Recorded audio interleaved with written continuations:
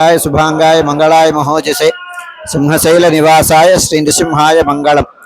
श्री श्री श्री वराहलक्ष्मी नृसिंहस्वामी वारी सन्निधाనంలో వైశాఖ పూర్ణిమ నాడు అంటే మే 1వ తారీఖున తెల్లవారితే శుక్రవారం అనగా గురువారం రాత్రి సుమారు 2:30 గంటల ప్రాంతంలో సుప్రభాతం అదైన తర్వాత స్వామివారి ఆరాధనలో భాగంగా విశ్వక్సేన ఆరాధనం పుణ్యాహవచనం అయిన తర్వాత చందన సమర్పణం జరుగుతుంది.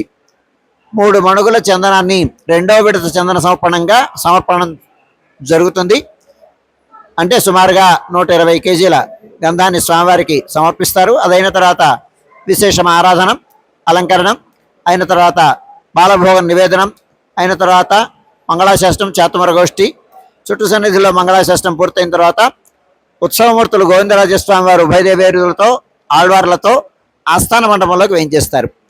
ఆస్థాన మండపంలోకి వేయించేసిన తర్వాత విశ్వక్సేనారాధనం పుణ్యాహవాచనం పంచకలశ స్నపన తిరుమంజనార్థం పంచకలశ ఆవాహనం ఆరాధనం అయిన తర్వాత స్నపన తిరుమంజనం అయిన తర్వాత సుమారుగా 5 గంటల ప్రాంతంలో ఈ కార్యక్రమం ఆరంభమవుతుంది.